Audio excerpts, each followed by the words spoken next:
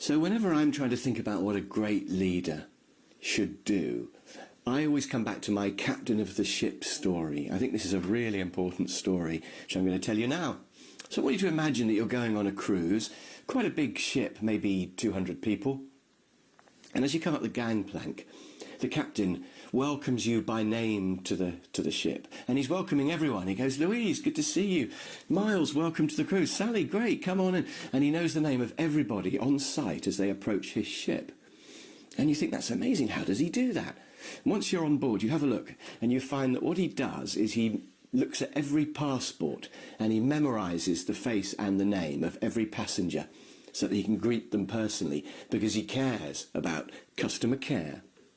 So you think, well, that's great. He's obviously a good captain. And you go down to your cabin, and when you get to your cabin, there's a little folded cardboard sign on your pillow, and it says, "Dear Dave," or whatever, "your bed was made for you personally by the captain because he cares about quality." And you think, well, that's a bit freaky. Does he make every bed on the ship? He can't have time for that. Has he made just mine? In which case, why? Has he chosen me at random? Does he like me? What's going on? So you kind of think that's a bit odd. And of course, the best way to ensure quality on the ship is not to make every bed yourself, is to make sure there's a system for training the bed makers, which we'll come back to. So you'll begin to wonder, is he a good captain or not? He clearly cares about customer care and quality, but does that make him a good captain? So anyway, you've tried to put that out of your mind. You get changed, you go down to dinner. And your meal is served to you by a whole load of waiters in very smart black and white outfits. And then you think, hang on a minute, I recognise that waiter. And of course, it's the captain serving the soup. He likes to serve the soup every night because he likes to be in touch with the workers, in touch with his staff. And I don't mean workers in any derogatory way, by the way. I mean, they're great. They're the ones who do the work.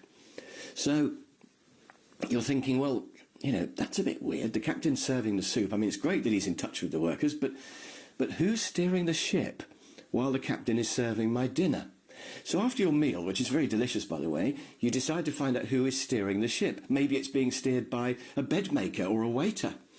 So on your way to the bridge, not very anatomically correct this, but anyway, you go past the engine room, and the door to the engine room is slightly ajar, and in the dark, and all the steam and noise of the engine room, just illuminated by the orange glow of the furnace, you can see a figure shoveling coal into the boiler. And of course, it's the captain, because the normal boiler stoker is off sick, and the captain, who used to be a champion boiler stoker himself, has said, "No worries, I don't mind getting my hands dirty." So he's gone to stoke the boiler. So we're really worrying about who's steering the ship now.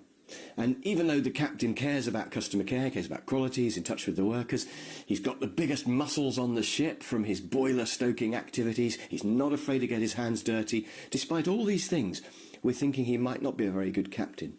Anyway, so you go on up to the bridge, and of course there's nobody there.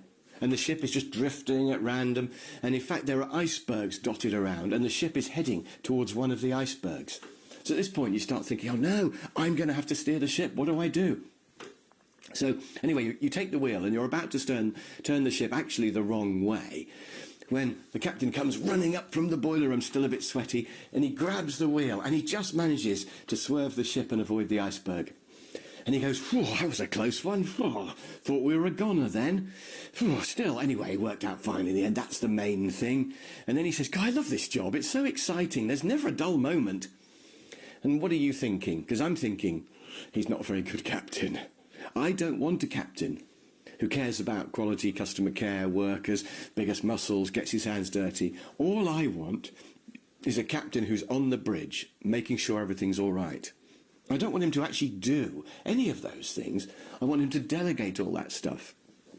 So a good boss is not somebody who's always running around doing things. It's somebody who's in control. So the essence of management isn't to just do everybody else's jobs and become the highest paid waiter on the ship while the ship goes into an iceberg. The essence of management is to make sure that everything's being done, to build a machine of people that will do the job for you. Building a machine of people, I think that's what leadership's all about. And if you think about the areas the captain has to cover, it's people, systems and vision. So he's got to make sure that he's got the right people in the right jobs and they're motivated. He's got to make sure that the system works. There's a system for everything. So the bed making, is there a quality control system? Is everybody trained? Is there traceability? If there's a problem with a bed, can he trace it back to who made it and retrain them? So there should be a system for everything. And then there should be a vision for where the company's going. It's absolutely key. I think the essence of a manager is somebody who has set everything up well so that it runs, or somebody who's trying to set up all the systems and get all the people right so it will just run itself. That's what we want to see. So people, systems and vision, a machine of people, that's the essence of what a leader is all about.